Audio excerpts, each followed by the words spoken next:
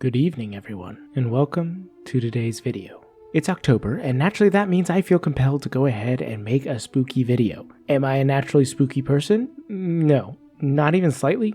But am I good at running spooky D&D sessions? I've run a spooky D&D session before, but am I at least well versed in the horror genre? I mean, kind of, but no more than the average fan. Man, I'm really selling this one well, ain't I? Look, I have run a short horror campaign, I've run many spooky sessions, and of course I've run the general Halloween one-shot. But that's most of my experience. So I just want to say right off the bat, this video isn't particularly about how to make a spooky D&D session. It's more about what makes a spooky D&D session. And while no, I'm not the best at running horror campaigns, I am pretty well versed when it comes to storytelling in general. And setting atmosphere, suspense, thrills, that is a part of storytelling, and it's something that I think that I can do pretty well. So welcome to the topic of today's video. We're going to talk about whether you can actually make a spooky D&D game. Can tabletop games in general actually scare your players? So let's talk about that.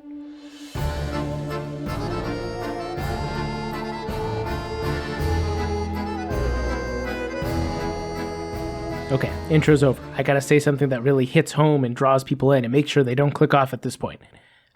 Okay, I think I got it. The thesis of today's video: can you actually make a tabletop game scare your players? The answer? No. No, you can't. Do we think that's good enough? Is that gonna keep them for the video? Oh, I made them angry? Ah, damn it. Well, now that I've probably incited some angry comments, let's get to what I actually want to talk about here. The truth is, no, you can't just cause your players to be scared at your table. That's not going to happen. There's no way to just actually invoke fear. In every scenario, anyways. See, the thing about fear is it is a natural inborn state within a human. Fear just happens. Did you see a spider? That probably caused fear. Somebody jumped around a corner. That'll cause fear. You're sitting in your bed, and that shadow in the corner looks just a little too much like Mr. Mikey Myers over there holding the knife. Yeah, that'll cause fear. I mean, we've all experienced it. Let's be honest, we've all turned off the lights and sprinted up the stairs before the demon behind us could get us. At least, I really hope that everybody has experienced that. I'm relatively certain that's a generally common fear when you're a kid and teenager. And sometimes adult. Okay, we all get those heebie-jeebies sometimes. But the point is, fear is ingrained within us. When we see something, our brain tells us that could be dangerous. You, your physical person, could be in danger. And thus, fear. It is a protective instinct. So, that being said, why do I say that you can't naturally incite fear in somebody at a D&D table? Well, because you're not actually putting them in danger. You're putting their character in danger. And unless you plan on leaning over the Dungeon Master screen and punching at them, they're not going to necessarily be scared. They're not going to be frightened for their well-being. Their brain won't naturally create that instinct. Also, side note, just in case somebody tries to sue me, please don't lean over your Dungeon Master screen and try and punch. If you're going to do that, do it right. Make sure to throw down a gauntlet or slap them with a glove and ensure that you are following the rules of a gentlemanly duel. But that generally good life advice aside, the fact of the matter is you're not going to be able to incite that fear because that primal instinct isn't going to happen at a D&D game. You can't cause that person to suddenly be afraid for their well-being. They can maybe be a little afraid for their character, but at the end of the day, it's just their character, and, you know, how much are they actually going to care about it if they die?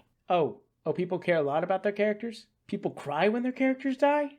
Okay, maybe I was wrong. They might care about their characters a lot. Jokes aside, however, that is exactly the point I'm trying to make. People care a lot about their characters, but if they're going to be afraid, they have to be invested, and that's where it comes from. When we see something that causes us to be scared, it's because our body automatically causes it to happen. We typically don't have a choice. In a D&D game, you have to choose to allow yourself to be invested enough to be scared. And that comes down to player buy-in. How much do your players actually care about this game? How much do they actually think their characters could be in danger? I mentioned before that I've run a few spooky sessions, and there's one in particular that really sticks out in my mind. In the first campaign I ever ran, there was a section of time where they had to go invade a lich's lair that was actually underneath the sea. See, this lich had been sailing the seas and had named herself the Queens of the Seas, and she had 4 clones of which her soul could swap in between in order to be able to maintain the idea that she was 4 separate people. It was a way of maintaining power and fear, as people thought there were 4 powerful pirates and villains sailing across the sea instead of just the one.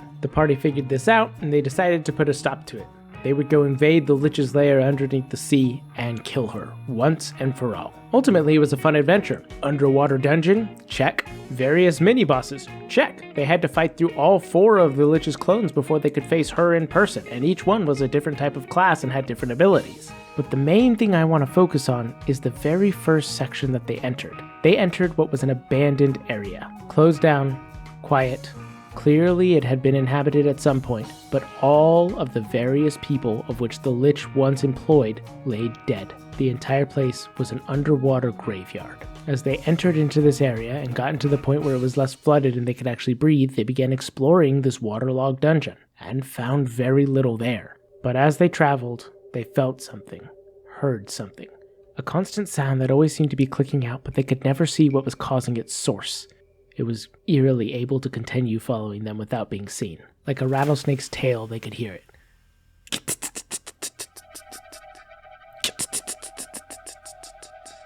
They didn't know what was causing it, but they could hear it, and they could feel it. At one point they decided to hide in one of the nearby rooms and bar the door, and they felt something on the other side.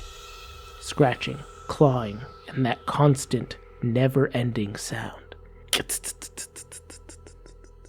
As this unknown creature of unknown origin and size scratched across the door, I distinctly remember looking at 2 of my players. The warlock looked over to the rogue and whispered softly, "I'm so scared." And she looked over at him and grinned and nodded, saying, "Yeah, me too." I hadn't really intended for this to be that creepy, that scary, but I had unintentionally done so, and there was 2 reasons. One, I'd accidentally created the perfect scenario to be scared. A monster of unknown origin, making a sound, but they didn't know why or where or what it was from. It was always just out of their line of sight, but they knew it was stalking them. It's the perfect way to cause somebody to be scared, because the fact of the matter is, they don't know what it is, and their brains run wild with it. That in itself will create a creepy and scary moment. But 2, they were invested. This group had been waiting for this dungeon for a long time, and had long been waiting their confrontation with this Lich. They knew that this dungeon was going to be intense, scary, worrying, full of dangerous creatures and monsters, and so they were invested. The moment something happened, they took it seriously, and they knew that their characters could die. I keep a strict rule in my sessions. I don't want your character to die. I will do everything I can to make sure that their death, if it does occur, is satisfying and amazing, but it can still happen. That being said, for the most part, my players know that they're protected from death. I won't kill their characters unceremoniously, but there are certain sections of the game, certain dungeons, certain adventures, where I make it clear, this is a place where your character can die. There are greater rewards here, but potential sacrifices. They knew that this dungeon was a place where their characters could die, and so they were taking it very seriously. Therefore, they allowed themselves to feel scared, because it made sense. They were invested. And that's why I say you can't make your players feel fear. D&D, tabletop games, it's not real, but the consequences can have real emotional impact on us if we're invested. And therefore, we can begin to feel that. They're probably not going to feel the amazing terror they do when they see a horror movie because there's potential of actual problems there. Jump scares can legitimately startle you. The suspense and horrible feeling you get in your gut when you're watching a character creep down a hallway is because you are afraid that there will actually be a visceral reaction when whatever happens occurs. For the most part, that doesn't happen in D&D, but if people are invested enough that they're imagining it, it definitely can. But it's all on making sure that there's that understanding. And the problem with that is when it gets to one-shots, I know that people like running Halloween one-shots. I love Halloween one-shots. I will be playing in a Halloween one-shot this year because they're awesome, they're amazing. What more chance you have to just be spooky, have fun?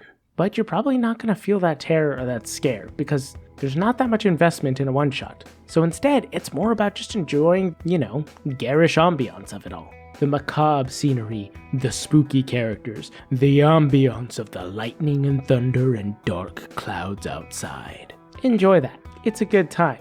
But just don't set your expectations too high. You're probably not going to scare anybody with it. And if you do, hey, awesome. Keep that group with you because they are willing to get invested, and that's amazing. But don't set your expectations in the wrong level. It's about having fun, and so it's important to know what you're trying to have fun in. Are you trying to have fun just enjoying the spooky atmosphere? Or are you legitimately trying to scare your players? And there's a lot of different things you can do to try and create that investment.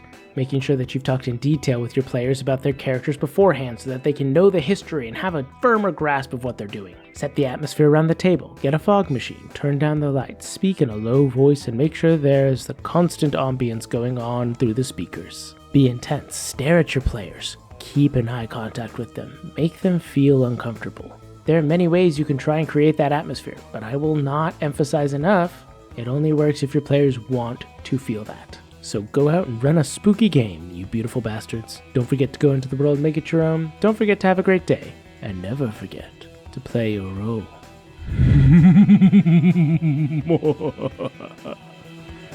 Ow, that hurt. That hurt my chest.